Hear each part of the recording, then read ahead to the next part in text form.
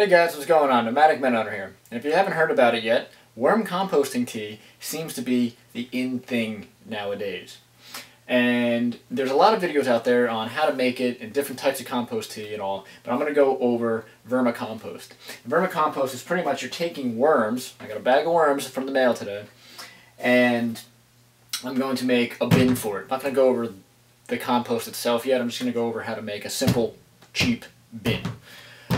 So what you're going to need, a drill with 1/8 drill bit. I picked up an 18-gallon Tupperware with a 22-gallon.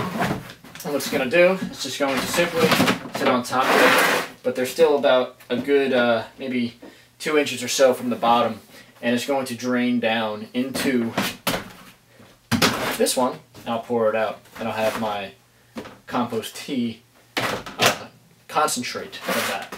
So what I'm going to do is I'm going to drill some holes in the bottom of this. Make sure that you put, not all in the middle. Mine, the lip, it kind of runs off to the edges, so I'm going to put more around the edges and a couple like in the middle, but not all on.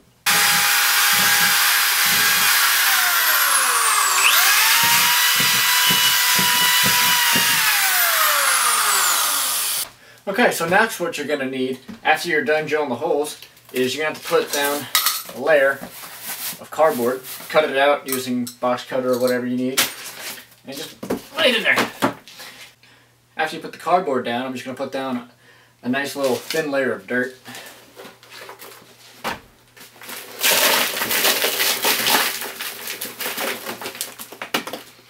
Just a couple inches deep for right now.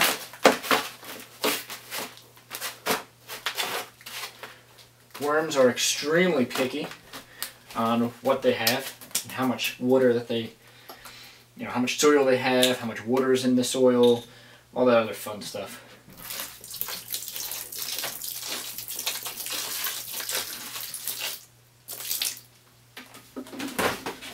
A little more. Then I'm going to add in the worms. These worms are packed in peat moss. Dried peat moss, because it helps them from freezing in the winter and keeping them cool in the summer. The other thing about it though, usually they lose about, I think they said, a lot of water weight, and they don't look alive for a while. So about 24 to 48 hours they will. So I'm hoping that they start to look alive. If not, there's a really cool, the website that I got mine from, they guaranteed that if they're not alive, they'll ship them for free the next time, and hopefully have better luck. That handful is about 200 worms, by the way. The worms that you want to get is the red wigglers. The red wigglers are the best composters out there. They're quick and they're easy, and they're small. Next, I'll put a little bit more dirt.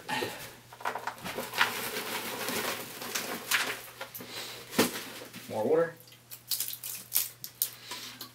And then I have some more compost from the garden that I had outside.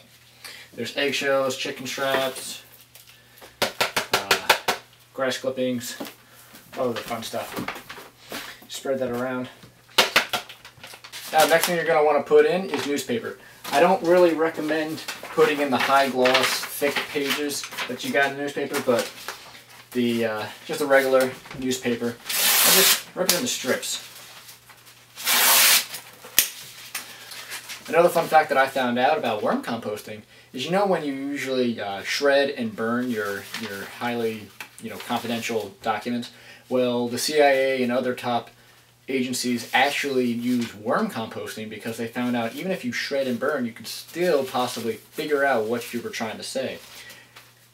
But with worm composting, when it goes through that process of turning into worm poop, they're having a very hard time figuring out what you were trying to say.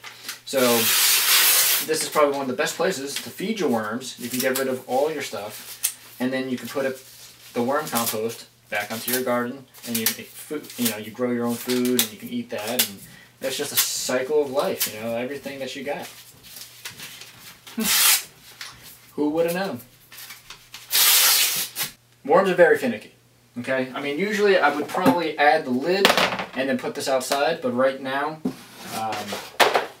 They tell you to put it in direct sunlight, and I kind of want to keep this indoors as of right now, so I figured what I'm going to do is I'm going to move this underneath the grow light that I have set up over there, because most of the seedlings and stuff are all outside. So now I can still use it. But I'm going to leave the lid off, and I'll leave it just like that. To end this video, I'm just going to give you a little fun fact and maybe give you a little boost of why you should be doing this yourself, is that it is the nature's finest plant nutrients. It's 7 times richer in phosphates, 5 times richer in nitrogen, and 11 times richer in potash than the average lawn soil. So that's how you make a worm compost bin for around $10. If you like it, click the like button below, and I will keep you up to date later in the season with how everything else turns out. Have a good day. See you guys later.